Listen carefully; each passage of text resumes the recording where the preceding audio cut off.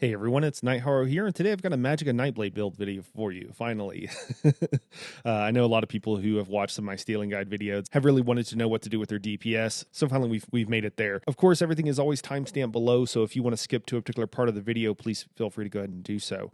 I'll start off here, and I will explain just kind of why you might want to play a Nightblade. Then we'll move into the skills you want to have on your bar, why you use certain skills, certain situations.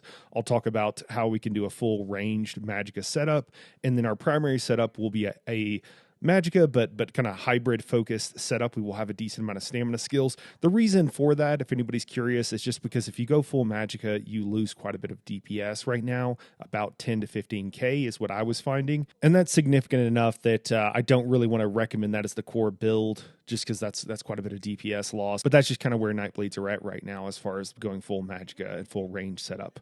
After that, we'll talk about race, Mundus, CP, gear, all that other stuff towards the end. And again, everything will be timestamped. So let's go ahead and get into it. Let's go ahead and talk about it. So why play a Nightblade?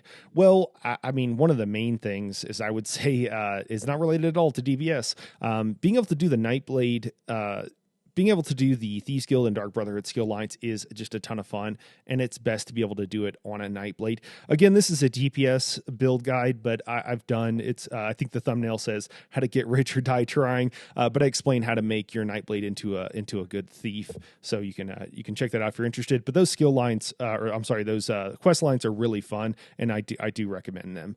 Next reason I would say to play a Nightblade is again just because they're really fun. They're very survivable, so your spammable actually heals you for a significant amount of health, as well as your spectral bow, which we'll talk about here in a second. So you have a lot of survivability. They're really good even if you're in group content. Most trials have some sort of portal mechanic where you have to go and do something with you and one or two other DPS. That's pretty much, not every trial has that, but most trials do. And Nightblades are really good at that because they have several skills that kind of lend themselves to it. And then the survivability aspect of having a spammable that can heal you, as well as a few other things. So that's another reason you might want to play a Nightblade. They also provide a unique buff for your group, which is Minor Savagery, which Minor Savagery increases your weapon critical. And then last but not least, I would say is group utility. So Nightblades are able to provide major expedition for your entire group, and they do it without losing any kind of DPS or anything else. They also can provide some healing for your group in AoE during trash fights or during trash pulls, as well as, again, whenever they're doing those solo mechanics, being able to provide minor magic steal for your group. So lots of reasons to play a Nightblade. I personally just find them very fun and just like their playstyle. Now let's go ahead and move into and talk about those skills. I first just want to kind of explain, because the Nightblade works a little bit different than other classes, and all classes do to some extent. But basically, you have three main skills that are going to make your Nightblade look and kind of feel different than others. And the first one up here is our Execute. So we're going to be using Impale, the Magicka morph of this. But basically, whenever you get to just below 25% health, you'll be using Impale as your spammable, and it does a ton of damage. So you'll be using that. So during Execute phase, your rotation changes, and that's certainly not the case on like a Necromancer, and it just kind of depends on the class. Some of them it does, some of them it doesn't, to different extents. But for a Nightblade, you'll use this as your new spammable. The other thing about Nightblades is they do a lot of direct damage. It lends itself to more instant cast, instant damage abilities. So the next thing that kind of makes the Nightblade a thing is again having a spammable. Your spammable is a significant part of your DPS. Other classes have this as well, but again, Nightblade is one of them, and it's a little bit more exaggerated. The reason that it's exaggerated is because of the third skill that we're going to talk about, and that is Merciless Resolve. So this skill, every time you light attack, you get a stack of, I forget what they call it here, Assassin's Will. Yeah, it increases your weapon and spell damage by 60 for each time, up to 5 stacks. So it could be up to 300 weapon and spell damage.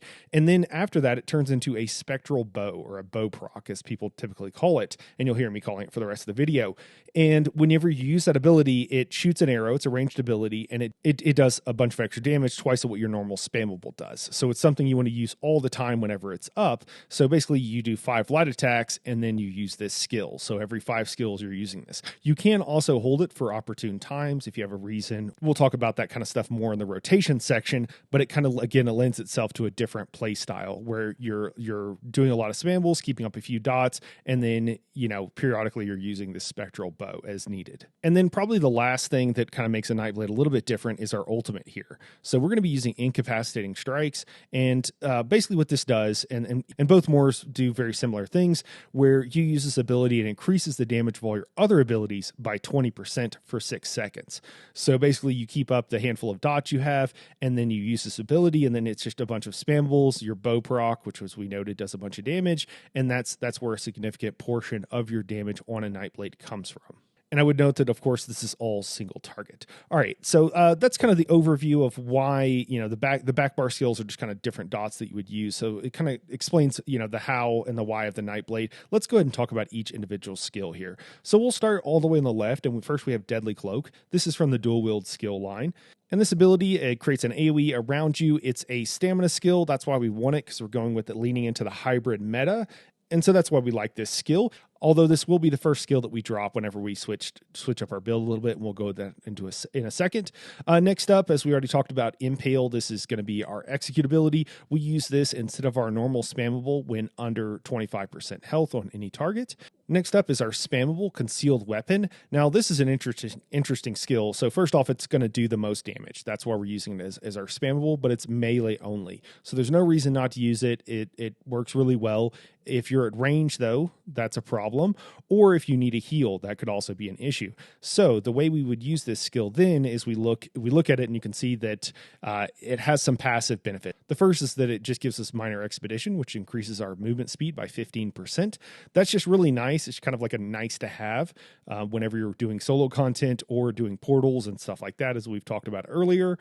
Being faster can often be, quite nice. The other thing it does is whenever we leave sneak, invisibility, or major expedition, and major expedition is the main one here, because as I mentioned earlier, our refreshing path in our back bar gives us major expedition, and each second that we're standing in our path, it refreshes that major expedition. And this is really confusing and convoluted, but I just feel like I need to explain it so you guys understand how this works, because I thought it was a bug, and there's so many bugs in ESO, understandably, that you can realize why I thought it might have been a bug. So I guess the idea here is that every second you're in your refreshing path, it re-ups major expedition for a number of seconds. And whenever a new effect is given, and that old effect is by the same name as active, the old one is considered to have ended. Okay, so basically every second you're in your refreshing path, major expedition is ending, and a new instance of it is being created. So it gives you a constant 10% increase in damage for 5 seconds after that. So basically for 9 seconds after leaving your refreshing path, you will still have that increase in damage by 10% is the way it works out. And you'll always have it while you're in your path. So just having Concealed Weapon on your bar increases your damage by 10%. Now, thematically, this actually sounds really fun, right? As a Nightblade, you always have a Concealed Weapon on your bar. Kind of cool, kind of like it. So it works out pretty well, at least for the Magicka version, and you can use it on stamina as well. But so that's our spammable, that's Concealed Weapon, and that's why we also, even when we decide we're not going to use this as a spammable, we still want to leave it on our bar for that extra 10% damage, just kind of as a ballpark, so you understand what 10%, kind of could equate to. That's about the equivalent of like a 5-piece set like Basai. At its towards its height. So really, really good increase in damage there. Next up is Merciless Resolve, which of course we kind of already talked about a little bit here. But the way this works is every time you light attack, you get a stack, and then at 5 stacks, you can use your Spectral Bow. Now, with a Magicka Morph, if you're within melee range, which is 5 meters, when you use this, you heal for half the amount. So if you're in portals or if you're in solo content, you can pretty much always do this from melee, right? Sometimes in a main group content, you're having to stand at range, and again, we'll go over a full range setup. But if you're in solo or you're in portals, you can almost always get within melee range, and half the damage caused by this ability in a trial setting will heal you for like your full health, or at least very close to it, but probably just heal you for your full health. So pretty cool. Every 5 seconds you can heal for your full health. Okay, so that's kind of where you get the idea of, as long as I have something to hit on a Nightblade, which can be a problem in portals and Cloud Rest, that's the one exception, but as long as you have something to hit, you can generally keep yourself alive really easy on a Nightblade. But it also makes it very important that we hit all of our light attacks. So keep that in mind. Nightblades, it's a class you really want to be using your spammable a lot, and you want to be light attack weaving very often, and can be really great class to practice on too if you're interested in other classes, because you always have kind of a counter. Every time you miss a light attack, you'll know because your counter on your Merciless Resolve won't go up. And I know I'm taking a lot of time on these front bar skills, but they're really what make the Nightblade a Nightblade, and so I want to make sure you guys understand that, even though we're going to go over some of this stuff a little bit later more in depth. And then next up here is going to be our Barb Trap, and we have Barb Trap, and then we also have Lightweight Beast Trap. Both of these, so typically we'll use the melee version. We really want to be in melee with this build because, again, that's what's going to give us the most damage. In ranged, we lose about 10k on our parse. So, but if you need to be full range, you totally can. And there are situations definitely where you'll want to do that. And so Barb Trap or Lightweight Beast Trap, it gives us minor force, which increases our critical damage by 10%, which is something we want pretty much all the time, and we want to make sure that we keep up. So Beast Trap is, a really important skill to keep up. The reason that we have it on our front bar is because the passives from the skill line give us increased weapon and spell damage just for having it on our bar, and I just found that it does the most damage. Now, you might look at this, if you're familiar with Nightblades, and think, oh, why not put like Debilitate on the front bar because of some passives? I just found this to be a little bit better. We'll talk about that more in a second. And then last up on our front bar here, we have Incapacitating Strikes. So the reason that we use Incapacitating Strikes is, again, it's a very cheap ultimate, doesn't cost very much at all. And when we use it, it only costs 70 ultimate. And then when we use it, increases our damage of all of our other abilities by 20%. So the idea on a Nightblade, like I mentioned before, is that we keep all of our dots up, and then we get our ultimate up. We use this, and then we just use our spammable for the next 6 seconds, including our spammable and our bow procs from our Merciless Resolve. And that's where you get a significant part of your damage, and it's really the tricky part with parsing on a Nightblade. I'll be totally honest, Nightblades are actually difficult, probably one of the more difficult classes, I think, to get the rotation down and to get really good numbers on, because you do have to kind of manage these bow procs. You have to manage very carefully where you're when you're using your ultimate, and then you also have quite a few buttons. There's not a lot of passive skills on a Nightblade rotation, so you've actually, with this build setup that I'm showing you today, you've got 11 button rotation. So it is quite complicated. So it's not necessarily for the faint of heart or those that just are looking for something easy, but again, it's very survivable if you learn how to play it well. So again, I'm sorry, the reason we're using Incapacitating Strikes here is because it gives us a bit of magicka and stamina recovery for our light attacks, and we're absolutely going to need that because it's a little bit struggle bus, especially when we go full mag, to be able to keep up our sustain. If you are running solo content, I would probably recommend switching this to Soul Harvest, which is the other morph, and the reason for that, anytime you kill an enemy, you gain 10 ultimate whenever you have Soul Harvest on your bar. And if you're in solo content, it matters who gets like the last kill on that, whoever like actually kills the target. So in group content, that's not going to be you, only 1/8 of the time is that probably going to be you on average. So in solo content though, that's always going to be you. And so you're going to be constantly getting a ton of ultimate, and then on your back bar, you'll use your AoE ultimate to kill targets once you've got all the ultimate from your soul harvest. So anyways, just a note for solo content there. And so you might want to level both of them. Now, for flex skills, so we already talked about our Deadly Cloak being one of the skills that's from a dual skill line, and we really like it because it's stamina-based, it does good damage, it's an AoE centered on us, but there might be a situation where you need a ranged spammable and or you need some healing. And so what you would swap out then is going to be Swallow Soul. So Swallow Soul does just a little bit less damage than our concealed weapon. However, we can use it at range, and the heal is huge. So huge heal on this. And we really need it on our front bar because it's our spammable, and we really don't want to drop any other skills. Now, if you're in a situation where you are in an AoE fight, or there's going to be an AoE portion to the fight, well, you don't want to be using a single target spammable during that ad phase. And so what you can instead use is Sap Essence here. Sap Essence is really nice. It does a bunch of damage in AoE. It also heals you and your allies within that same range. If you have a healer that dies, or if you have a tank that's dying, so the healer's having to spam like single target heals on them and not healing the group as much, Sap Essence can save people's lives, including your own. And so it's a pretty massive heal for a DPS to be able to just use as a spammable while not losing any DPS whatsoever. And again, the same deal, we want it on our front bar, and so you would put it here. And then when you're on the the single target portion of the fight, whenever you're parsing on the dragon, you just don't use Sap Essence. I will also note on Sap Essence that it is very expensive, and so you are going to run out of Magicka if you're just spamming this all the time. So just realize that could be a problem if you're running daggers and a sword front and back bar. You're not going to be able to heavy attack to get back those resources, so you're going to need to be a little bit careful and maybe not spam it quite as much. Or if you're switching up and going with a staff on the front or back bar, then you're in a better position and you can do that. You can just heavy attack on that staff to get back that Magicka. And then I would also note, if you're in trash, even if you don't have a trash build at all for your Nightblade, just putting this skill on your bar and using it during trash will increase your damage by a significant amount and really help your group out. Just remember again that you are going to run out of Magicka with this skill, so keep that in mind. All right, now moving to the back bar. Now the first skill we're going to be using here is Stampede. Now this is our gap closer because this is, like I mentioned, mainly a melee focused build unless you want to swap it up and do the ranged. So this allows us to get within melee range very quickly. It's also a very good skill to use. We're going to use this to keep our weapon enchant procced on our back bar.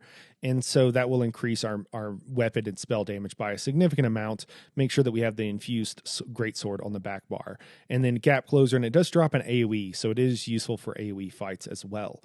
Next up here is going to be our Refreshing Path. Now this skill does a decent amount of damage, which is really nice. It's also going to make sure that we keep Concealed Weapon, the passive from that skill, procced by constantly refreshing our Major Expedition. And then it also provides AoE Major Expedition for the entire group.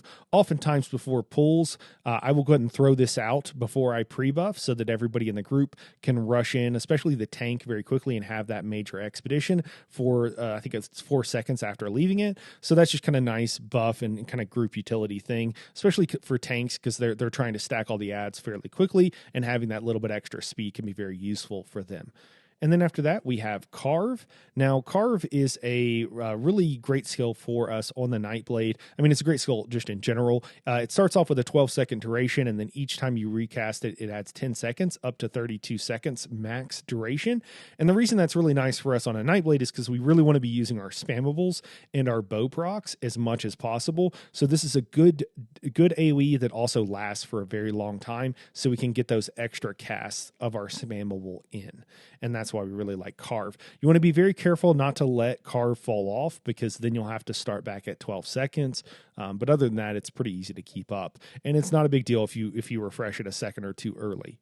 And then next up here is going to be our Shade. Now, I will note there are two morphs of this. The other morph is more of a PvP morph, where it allows you to cast the skill again to teleport back to the Shade. You can have a lot of fun with that, even in solo content. But generally speaking, in group content, we want to go with the Dark Shade morph because it'll run at the target. And it also does an AoE attack periodically.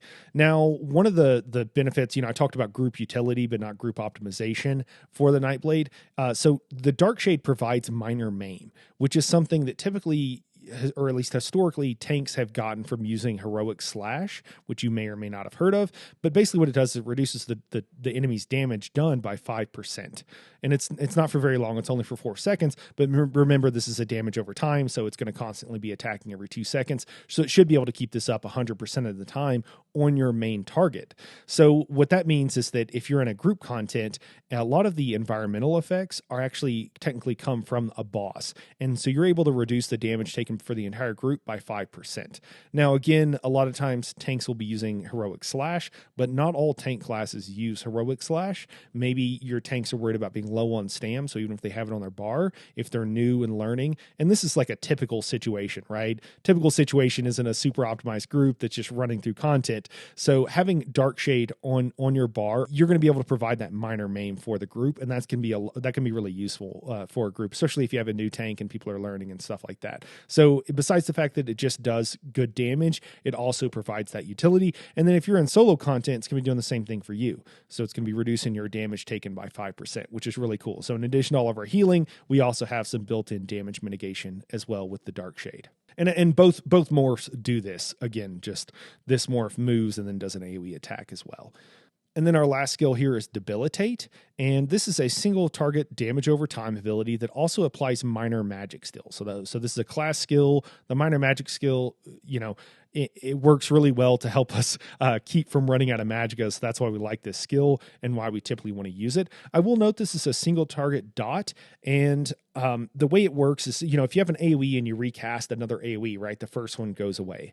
Well, typically in ESO, any single target damage over time ability, you can actually, unless it specifies otherwise, you can apply it to multiple targets. So if you're doing Cloud Rest, for example, and you're down in the portals, you can actually cast Debilitate on every single crystal in there, and each one will have its own separate timer. And that can be really helpful for trying to kind of optimize your build and move quickly through stuff. So just realize that that's kind of how this ability works, and then it puts the magic steal on them. So you want to make sure we keep this on our target at all times, our primary target for that minor magic steal. So you'll see a lot of people parse, and you'll see me here parsing with incapacitating strikes on both bars, and that's typically what you'll want to do if you're just worried about solo damage. However, in content, a lot of the time, most of the time, you'll actually probably be using Soul Tether here. Now, Soul Tether works just as well as some of the other like Destro staff ults. It just is cheaper, and so it's one you can use quite often. It does an AoE attack centered on you, and then it also provides a synergy for your party, which is really nice. So it ends up being as much, if not more, damage as using like a Destro staff ultimate. And again, it's cheaper, so you can use it more often. And the other benefit of being in solo content is it actually stuns enemies. Now, group content, it could do this, but most of the enemies in group content are immune to stun.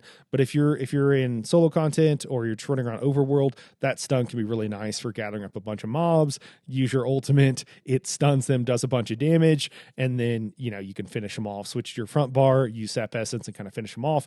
And if if you switched your morph of incapacitating strikes to Soul Harvest, then you're going to be getting 10 ultimate for each one of those targets killed. So you can kind of, Nightblades are actually really good at AoE, AoEing down trash and mobs and stuff like that to get back that ultimate in solo content. Alternatively, you could also use Shooting Star from the Mage's Guild skill line. The thing is, it just takes a lot to level it. But I think really Soul Tether for, not having to level the Mage's Guild skill line and for being a class ability, which is nice, is just a really good skill to use. So that's why I'm recommending that. Now let's go ahead and talk about some of these flex spots here. So if we wanted to go full range, as we talked about earlier, right, we're not going to be able to use Deadly Cloak on our front bar because that's from the dual weapon skill line. We could use daggers on our front bar and a staff on our back bar if we wanted, but we could also go, both of those, in which case we'd switch out and put Swallow Soul in there on our front bar for the full range setup, as well as a destruction staff. And then our back bar, we'd also do a destruction staff. What you'll want to do in that situation is a Maelstrom staff, and then we just use our Wall of Elements because it does good damage. And then we'll also have to switch something out for Carve. Now, whenever you go full Magicka focused, you will find that the sustain is a little bit rough, but we kind of have a built-in solution to that with siphoning attacks. And the way that works is that every time you do a light or heavy attack, you heal for about 1,500 health, and then you recover 100 magicka, and that keeps going. So every time you're light attacking, which is really important for our bow procs, so you're going to be doing that all the time, you get a little bit of magicka back and you get a little bit of heal. So that's why we want this on our bar. And then when this effect ends, it actually gives us a little over 4,000 magicka, which is more than this ability costs. So just by casting it, it costs 1,000. We get 4,000 back at the end, and then we get all the magicka that we got over the 20 seconds while we're light attacking. So you'll want to keep this up 100% of the time. You do want to let it mostly run off, if not run off entirely, just to get the full refund of the magicka. If you recast it early, you don't get the full 4,000, just over 4,000 magicka. So try to let it run off. Try not to, but if you need to, if you're just totally on a mag and you need some right now and it's got 10 seconds left, you can just recast this to get a little bit of magicka back. But probably better to heavy attack in most situations. And then after that, if you are finding that you don't have a problem with magicka, or if things change in the future, it's not an issue for you, whatever the case may be, I just want to let you know you could put anything else here. So you could put I have Mage's Guild, the Ruin ability. You could also use Debilitate or any other skill here. This is your flex spot, especially if you go full magicka build here. I just wanted to note that by saying, hey, use any other skill. You could put it here if you need it. Basically, our 3 and our 5 spot on the back bar is going to be our flex spot. All right, now moving on, other skills we can swap out for Debilitate. One is Lotus Fan here. Now this is mostly useful again in AoE or trash fights. That's why I'm putting this here. And what it does is it does initial damage to everybody in the area, and then it also puts a dot on them for 20 seconds, and it's significant. So any kind of AoE fight, if you're going to hit 2 targets, this is going to be much better than Debilitate. I will note you're not going to have the Magicka Steel, so keep that in mind. It could be a little bit of an issue with your sustain, or could hurt it a little bit. Not that much, not enough that I would worry about it, but just know that that is a thing, and why you might not want to just run this all the time. The other thing that Lotus Fan does, and both morphs do this, the Stamina morph does this as well, is that it applies minor vulnerability for 10 seconds, and that increases the damage taken by targets by 5%. Now, normally in group content, you would get this buff from a Warden. However, Wardens can only do it it's similar to Debilitate, where it's a single target dot. They have to apply it to each target, and typically they're not going to be doing that in any kind of AoE fight. So Lotus Fan is the only skill in the game, the only way that I know of in the game, to be able to apply AoE minor vulnerability. And I'm like 95% sure that it's the only thing. So you can apply minor, there might be some obscure set that can do it, but don't quote me on that. But minor vulnerability increases the damage taken by targets by 5%. So it's like a kind of a rough idea for a trash setup, kind of a poor man's trash setup. You could put Sap Essence on your front bar and then use Lotus Fan on your back bar to apply minor vulnerability in an AoE. And that can really help your group out with getting through trash. I would also note, if you need an additional heal, if Swallow Soul and your Spectral Bow is not enough, I think in 99% of situations that should be enough for you. But if you're in Cloud Rest where you can't always damage something, you really need to be able to damage something to heal, then you might want to put on a heal here. You can really use whatever you want. Now, what I'm personally recommending is a skill that I think is overlooked far too often by content creators and by everybody in the game. You know, a normal person playing the game, I understand. Content creators, I'm like, what are we doing, guys? We we can do better than this. The skill is Malevolent Offering, and either morph is fine. I recommend probably Shrewd Offering for solo content, just because it's a little bit cheaper.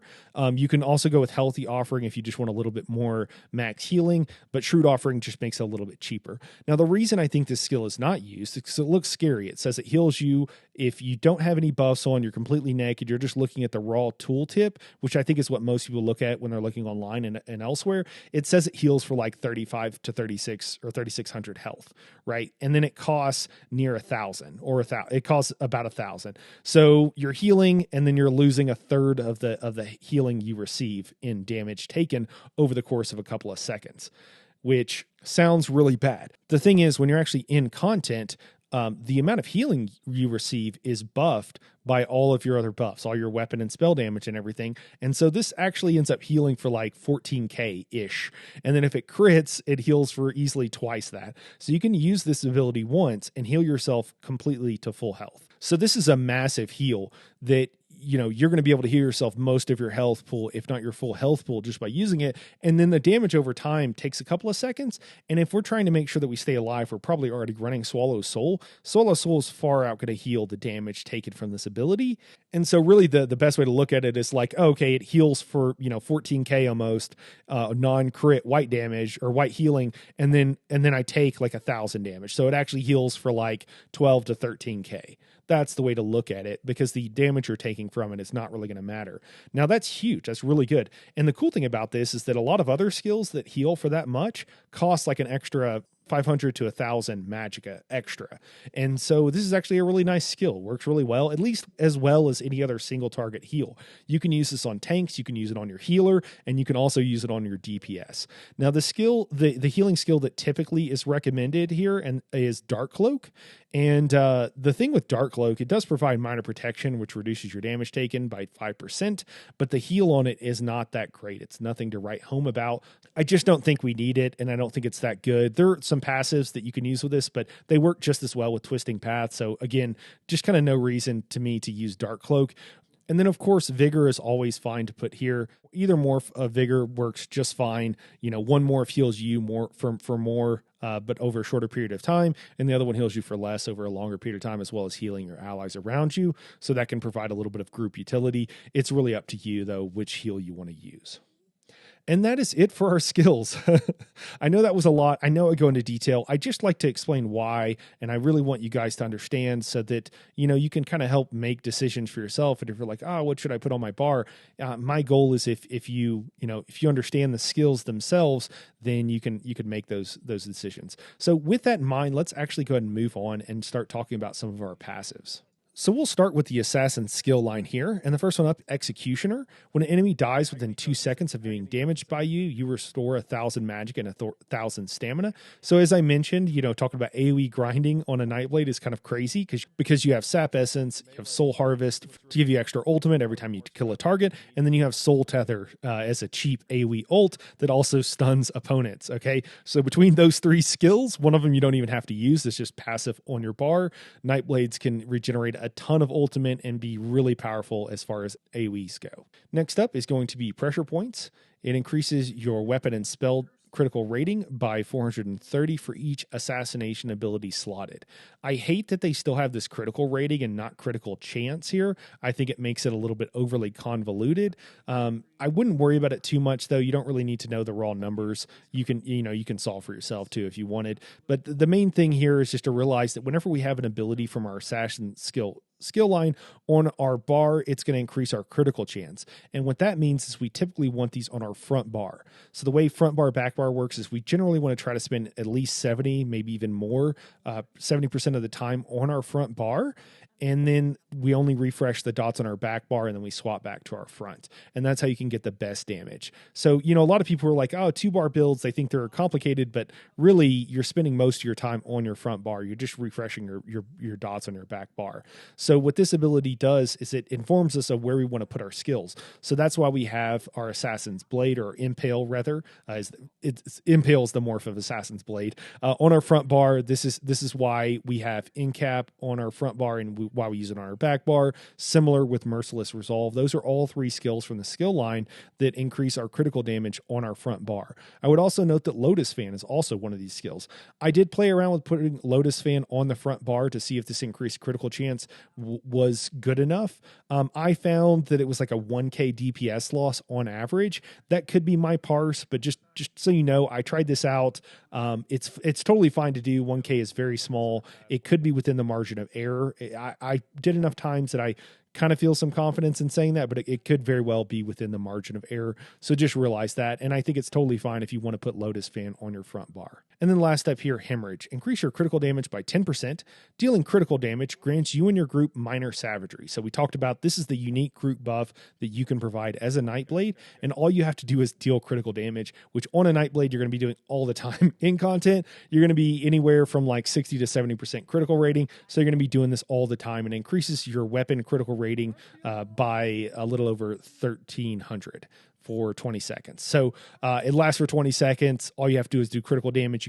It's a no-brainer. You don't need to think about this. It just kind of happens, but just know that's where it's coming from. That's how you provide that minor savagery for your group. Now moving on to the Shadow skill line. Shadow Barrier. So casting a shadow ability grants you major resolve for 6 seconds, increasing your physical and spell penetration by just under 6,000. This duration is increased by 25% for each piece of heavy armor equipped, and the base duration is going to be 6 seconds again. So note with this, the 6,000 resistances here is a 9% damage reduction. So that's what this does. So it only lasts for 6 seconds, and we're not really going to be wearing any heavy armor, certainly not in any group content. You could throw in a couple of pieces of heavy armor and solo content if you really wanted to make this more survivable. The thing is that a lot of people are like, oh, this is why you use Dark Cloak, because you heal and you refresh this thing. The thing is, you can use Twisting Path and just recast it. It lasts for 12 seconds instead of 6. I don't know. I'm going back and forth on this now because that is a total with a minor protection. It is like a 14% damage reduction by using that skill and making sure you have up major resolve. But again, I just think that you could save the spot and use Refreshing Path more often. So anyways, maybe I shouldn't have hated so much on Dark Cloak, but you understand how the skill works. You can make the decision for yourself, I guess. Now moving on to the Siphoning skill line. So first up here, we have Catalyst. Now, this is a very important passive because it gives us 20 ultimate every time we drink a potion, which is pretty huge. So remember that our incapacitating strikes only cost 70 ultimate. So this is a over 20%, well over 20% of the ultimate we need to be able to cast that, or the ultimate we need to be able to cast that ultimate. It's kind of a weird thing to say.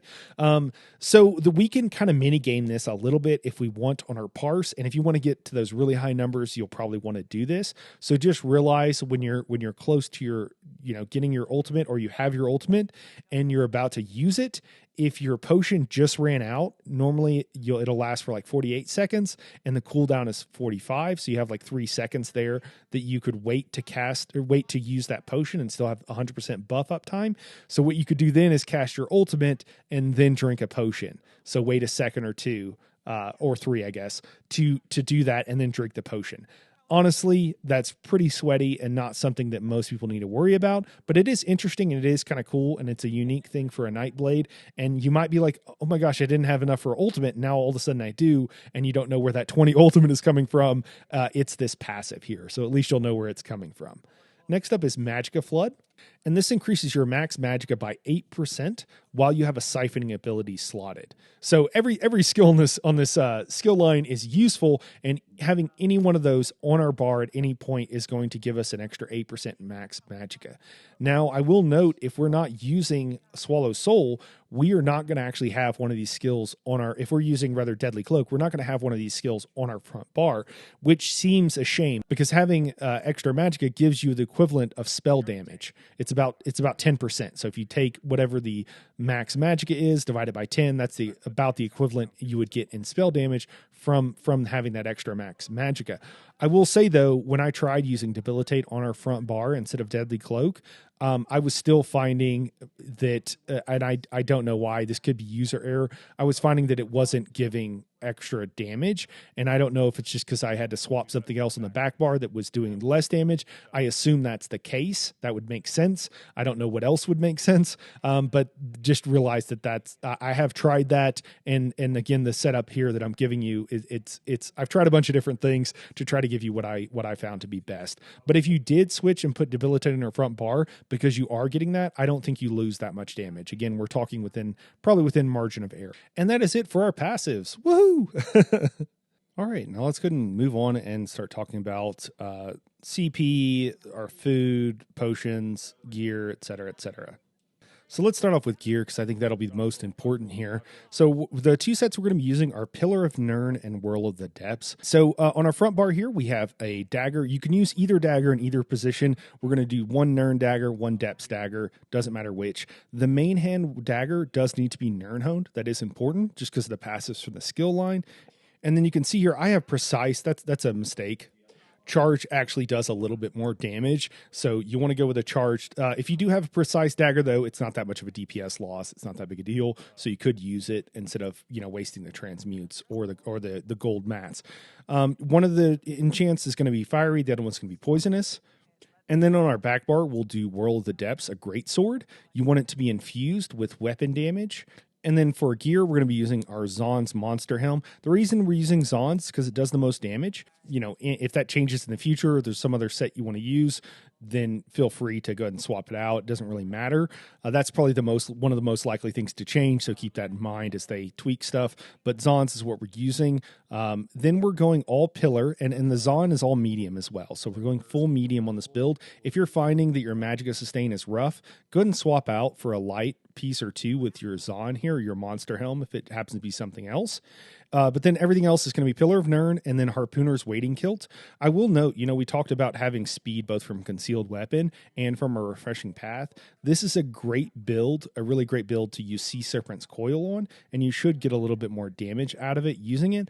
However, I find it kind of weird to parse on, because then you have to figure out some source of damage, and a lot of people change up their whole parse and the whole setup just for the parse to be able to use Sea Serpent's Coil, and it doesn't really make a lot of sense to me. So if you're actually in content, any place you couldn't use Harpooner's Wading Kilt, definitely use Sea Serpent's Coil. And honestly, any place you're taking damage, use Sea Serpent's Coil. It will do more damage for you, and you're not going to notice. It does slow you down whenever you take that damage, but with all the buffs to our speed, honestly, half the time you're too fast. So in content, definitely recommend using Sea Serpent's Coil for more damage.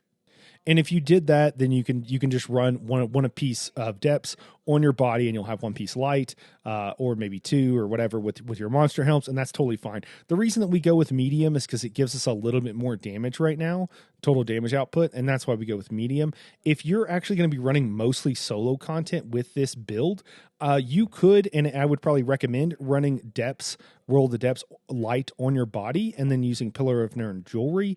Again, it's up to you. You're just going to get a lot more Magicka recovery for having the light armor on, and whenever you're running solo content, or if you're going with a full Magicka morph, you will lose some damage, so do realize that. What I'm recommending here is the full damage version, but it's totally fine to go with some light to get increased Magicka recovery if you're having problems. Usually when you're having problems with Magicka recovery, it's because you're overcasting or something else isn't right, but that's okay. That happens. So don't be afraid. You can do what you want. The damage decrease isn't going to be that much, okay?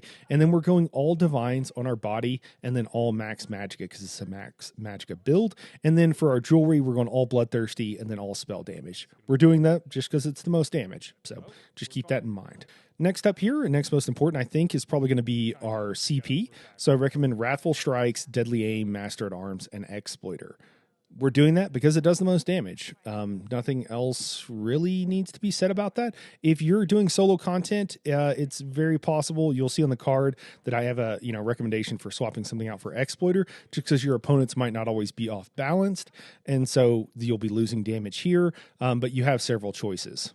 I'd probably go with something like Thaumaturge, just because that's going to work the best with most of your skills. Most of the abilities you're going to have are going to be damage over time, at least the rest of them. Some of them are AoE, some of them are a single target, but Thaumaturge, they're all dots, so that should cover your bases pretty well there and be close to best in slot for solo content, if not best in slot. I haven't tested it, but it's going to be a very small change in damage.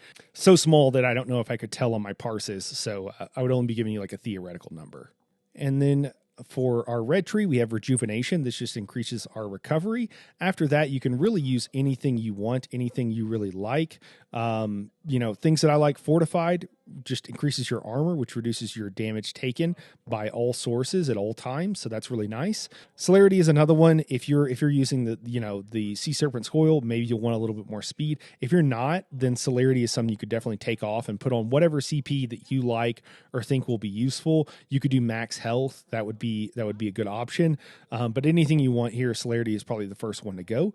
Expert Evasion. This gives you a free dodge roll every 30 seconds, I think. Yeah. So this is just a really good CP. Having a free dodge roll can save your life. Definitely, it has saved mine more than once. So that's another one you can use there. But if you want to drop that and use something else, feel free. And then, of course, like we said, Rejuvenation. All right, so let's go ahead and move on to food. So you have several choices on food. The main thing I would just suggest, though, is because we are going to be so starved for Magicka on this build, especially if you go full Magicka and you're not. The hybrid build is fine. The hybrid build is not bad.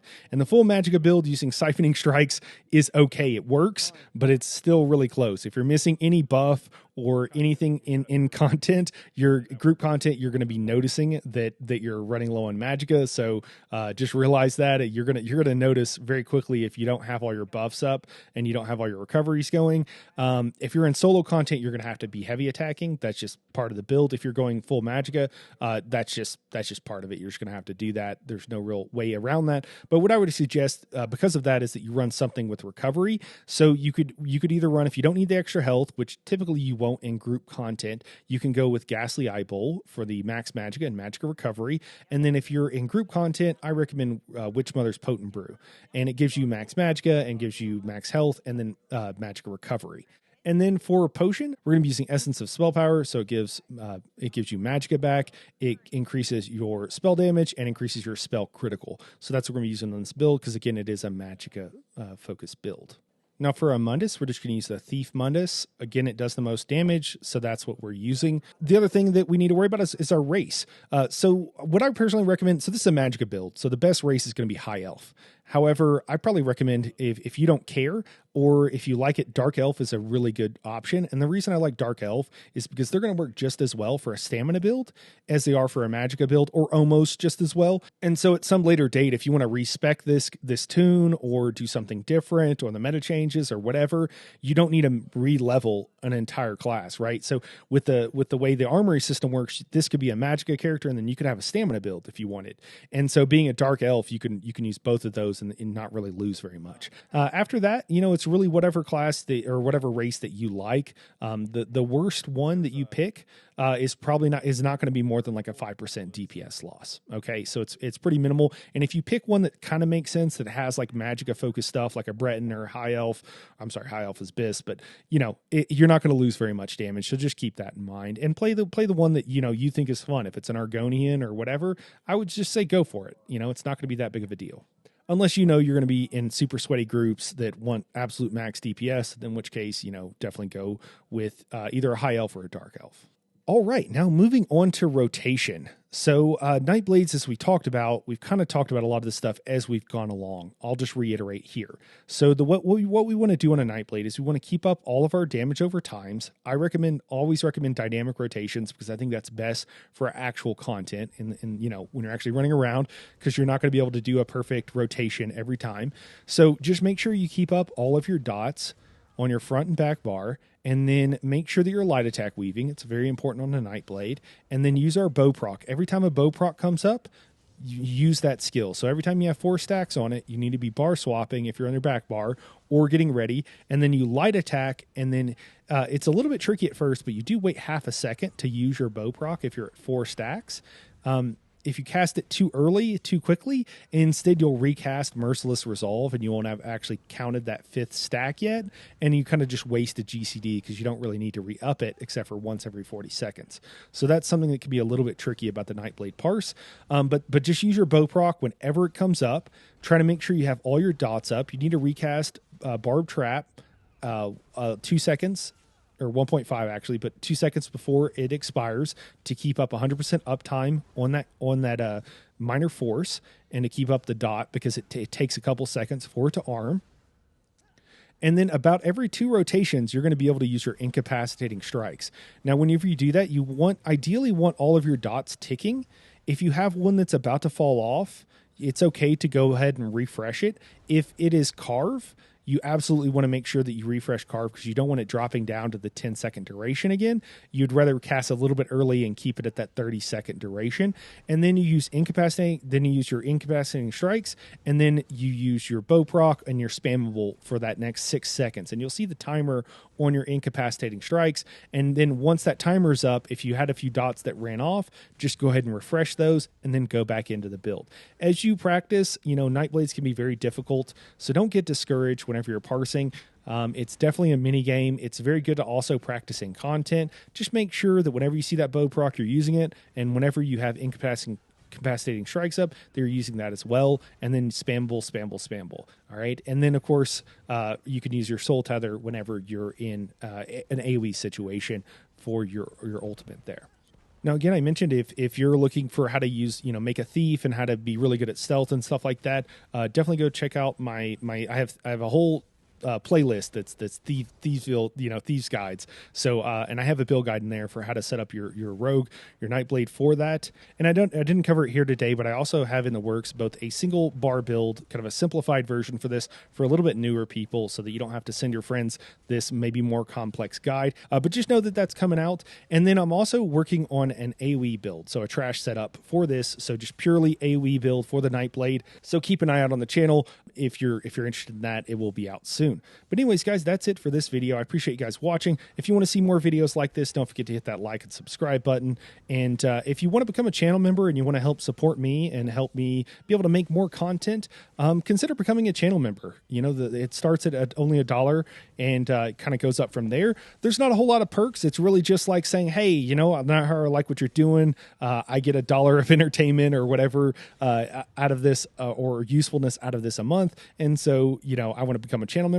I do, ask things of my channel members that I don't ask to the general public because I figure those are my core, kind of core fans. And so, I will ask questions. I will post things that are just for those members as well. Things a little bit less polished, but are very useful just because I don't want to be putting out to, I don't want my first impression from someone to be maybe, something that doesn't quite have the polish I would like.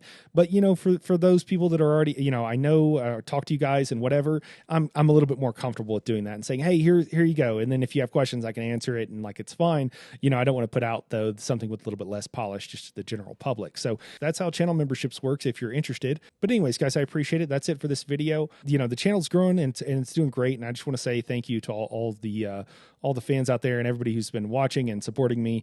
I really appreciate it. Everybody who shares my videos, it means a lot to me. So you guys have a great day. We'll talk to you later.